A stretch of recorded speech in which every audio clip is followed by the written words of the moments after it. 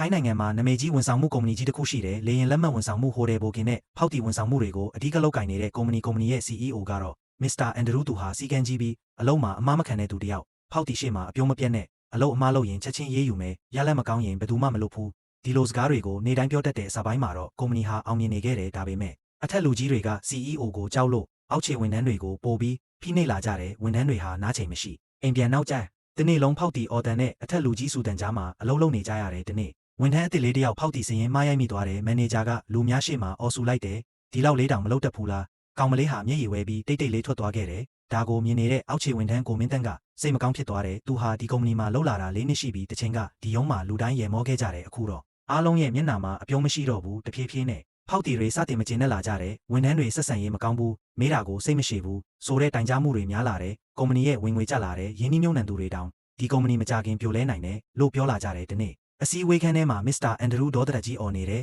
ဘာလို့ဖောက်တီတွေရော့လာတာလဲမန်နေဂျာတယောက်ကခတ်တိုးတိုးပြောလိုက်တယ်ဝန်ထမ်းတွေစိတ်ဖိစီးမှုများနေကြပါတယ်ဒါကအကြောင်းပြချက်မဟုတ်ဘူးအဲ့ဒီအချိန်စာရွက်လာပို့တဲ့ကိုမင်းတန်းကအားလုံးကိုကြားနေတယ်ညဘက်ဝန်ထမ်းသားနေခန်းထဲမှာအားလုံးစိတ်ပြက်နေကြတယ်ငါတော့အလုပ်ထွက်တော့မယ်ဒီမှာဆက်လုပ်ရင်ယူသွားလိမ့်မယ်အဲ့ဒီအချိန်ကိုမင်းတန်းကဖြည်းဖြည်းပြောလိုက်တယ်ငါတို့မပြောတော့တာမှန်တယ်ဒါပေမဲ့ဖောက်တီတွေကိုပါစိတ်မကောင်းဖြစ်အောင်လုပ်လိုက်ရင်နောက်ဆုံးနစ်နာမှာငါတို့ပဲဝန်ထမ်းတယောက်ကမေးလိုက်တယ်ဒါဆိုဘာလုပ်ရမှာလဲအထက်လူကြီးတွေမပြောင်းသေးရင်တောင်ငါတို့အချင်းချင်းတော့မဖိနှိပ်တင်ဘူးအလုပ်ပင်ပန်းတဲ့သူကိုကူညီမယ်ဖောက်တီတွေကိုစိတ်ရှည်မယ်ဒီကုမ္ပဏီကိုအပေါ်ကလူတွေထက်အောက်ကလူတွေကပိုထိန်းထားတာအဲ့ဒီစကားကြောင့်ဝန်ထမ်းတွေတဖြည်းဖြည်းပြောင်းလဲလာကြတယ်အချင်းချင်းကူညီလာတယ်ရေမောလာကြတယ်ဖောက်တီတွေကလည်းအခုတလောဝန်ဆောင်မှုပိုကောင်းလာတယ်လို့ပြန်ပြောလာကြတယ်ဒီနေ့ Mr. Andrew ဟာဝန်ထမ်းတွေအချင်းချင်းကူညီနေကြတာကိုမြင်လိုက်တယ်သူတိတ်သွားတယ်ငါအလုပ်ကိုပဲဦးစားပေးပြီးလူတွေကိုမေ့သွားခဲ့တာပဲ